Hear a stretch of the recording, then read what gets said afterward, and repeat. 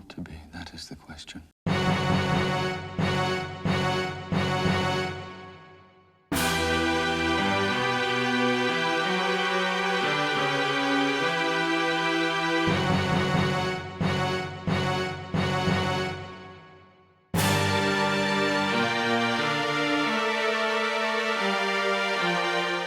While most modern people don't think of Shakespeare as anything other than a high school assignment you probably hated, he sneaks into our modern entertainment now and again.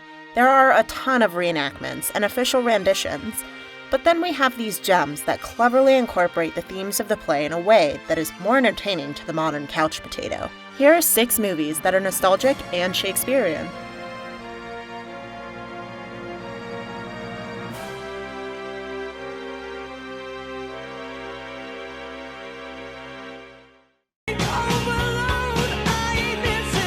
Number 6.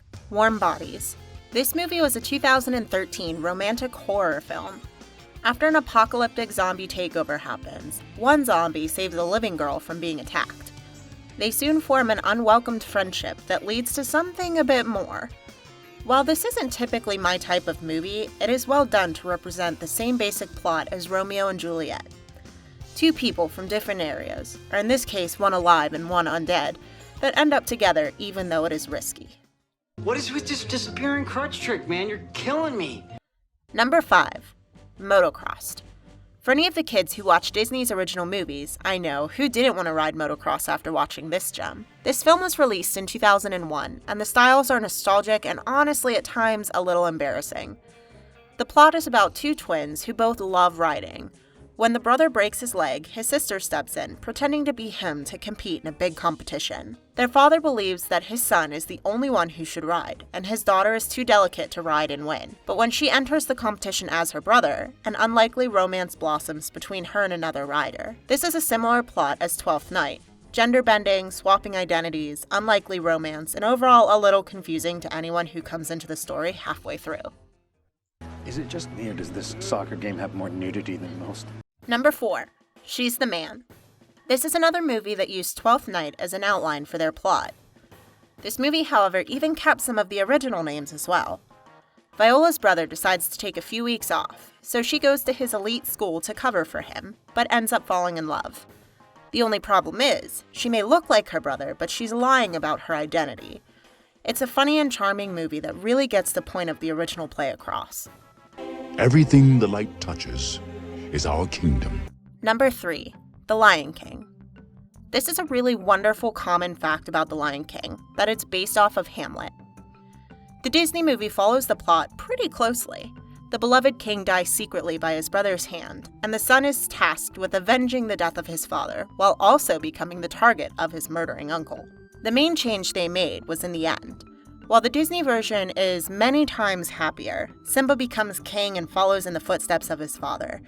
While in the play Hamlet, everyone dies. I want you. I need you. Oh baby, oh baby. Number 2. 10 Things I Hate About You. This cult classic is one of my favorite rom-coms. Honestly, I don't normally like romantic comedies, but who doesn't love Heath Ledger as a lovable bad boy? The main premise of this film is that the popular pretty girl isn't allowed to go out on a date until her ill-tempered and uninterested sister goes on one. This is, of course, the same plot as The Taming of the Shrew. Similar to She's the Man, they even kept the names of Bianca and Kat.